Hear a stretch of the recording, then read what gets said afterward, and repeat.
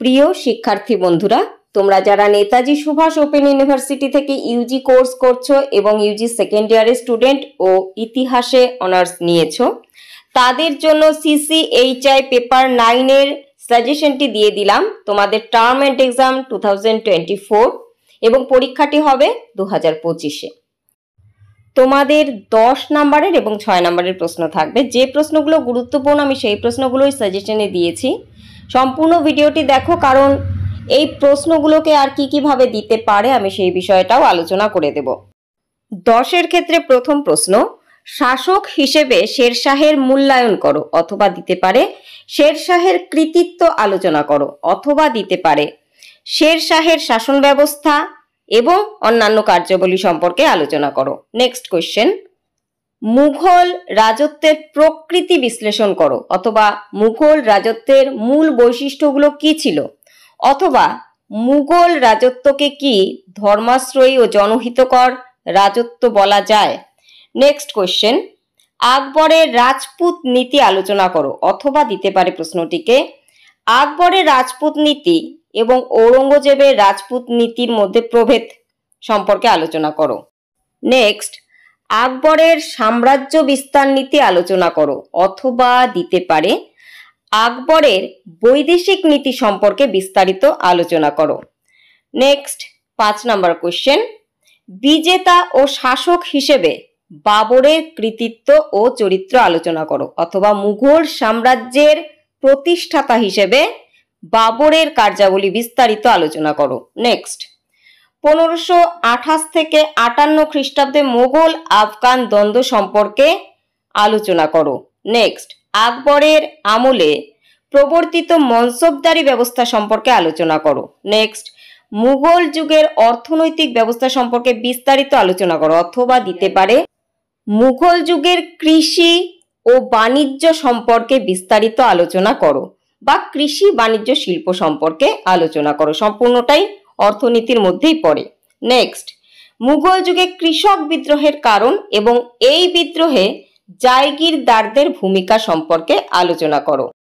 পরবর্তী, মুঘল আমলের শিল্প ও সাহিত্যের বিকাশ সম্পর্কে আলোচনা করো, অথবা এর থেকে একটি ছোট অংশ দিতে পারে জাহাঙ্গীরের আমলে চিত্রশিল্প সম্পর্কে আলোচনা করো, অথবা দিতে পারে শাহজাহানের আমলে শিল্প স্থাপত্য সম্পর্কে আলোচনা করো, বা শাহজাহানের আমল কি স্বর্ণযুগ শিল্প স্থাপত্যের দিক থেকে শাহজাহানের সময়কালকে কি মোগল যুগের স্বর্ণযুগ বলা যেতে পারে, অর্থাৎ তার সময়ের জাহাঙ্গীরের সময়ের এবং উল্লেখযোগ্য সমস্ত মোগল রাজাদের সময়কার যে সমস্ত শিল্পের উন্নতি ঘটেছিল বিস্তারিতই এখানে আলোচনা করতে হবে। সেই সাথে সাহিত্যের বিকাশ, আকবরনামা, বাবরনামা বা অন্যান্য রাজাদের সময়কালের যে সমস্ত সাহিত্যগুলো, আত্মজীবনীগুলো, সেই সম্পর্কে আলোচনা করতে হবে। এর পরবর্তী প্রশ্ন, আকবরের ধর্মনীতি সম্পর্কে বিস্তারিত আলোচনা করো। এই ক্ষেত্রে কিন্তু অবশ্যই অন্তর্ভুক্ত দ্বীন-ই ইলাহি এবং সুলি-কুল, অর্থাৎ আকবরের ধর্মীয় নীতির যে সমস্ত অংশগুলো, সেই অংশগুলো সম্পূর্ণটাই এই নোটে হবে। এবং বলে রাখি, আলাদা করে কিন্তু ছোট প্রশ্ন হিসেবে দ্বীন-ই ইলাহি বা সুলি-কুল দিতে পারে, কাজে একটি বড় প্রশ্ন তৈরি করে রাখলে সম্পূর্ণটাই হয়ে যাচ্ছে। এর পরবর্তীতে 6-এর জন্য যে প্রশ্নগুলো গুরুত্বপূর্ণ, প্রথম পানিপথের যুদ্ধ, মুঘল কাঠামোতে জমিদারদের ভূমিকা, আরব সাগরে পর্তুগিজ শক্তির উত্থান, পানিপথের দ্বিতীয় যুদ্ধের গুরুত্ব, সুফিবাদ, আকবরের দাক্ষিণাত্য নীতি, বাবরনামা বা তুজুক-ই বাবরি। এবার দেখো, এই যে প্রশ্নগুলো, এগুলো কিন্তু সেই বড় প্রশ্নের মধ্যেরই পার্ট। আকবরের দাক্ষিণাত্য নীতি, এই অংশটি পেয়ে যাবে আকবরের রাজ্য বিস্তার নীতির মধ্যেই। আবার বাবরনামা বা তুজুক-ই বাবরি, এই অংশটি রয়েছে মুঘল যুগের শিল্প সাহিত্য সম্পর্কে আলোচনা করো, সেই প্রশ্নটির মধ্যেই। নেক্সট, সুলি-কুল, আকবরের ধর্মনীতির একটি অংশ। ইবাদতখানা, একই বিষয়, আকবরের ধর্মনীতির একটি অংশ। মুঘল সম্রাটের সাথে উলেমাদের সম্পর্ক।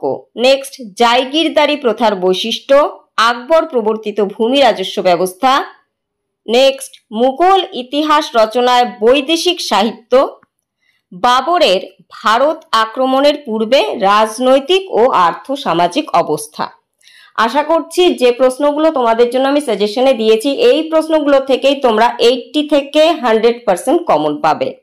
যদি মনে হয় ভিডিওটি তোমাদের জন্য উপকারী, অবশ্যই একটি লাইক করে দেবে, কমেন্ট করে জানাতে পারো আর কোন বিষয়ের সাজেশন তোমাদের চাই।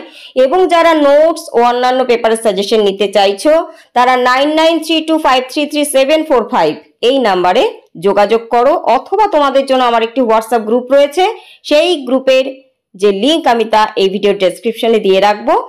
চাইলে তোমরা সেই গ্রুপে যুক্ত হয়ে আমার সাথে যোগাযোগ করতে পারো। খুব ভালো থেকো, সকলকে ভালো রেখো এবং পরীক্ষার প্রস্তুতি খুব ভালো করে নাও।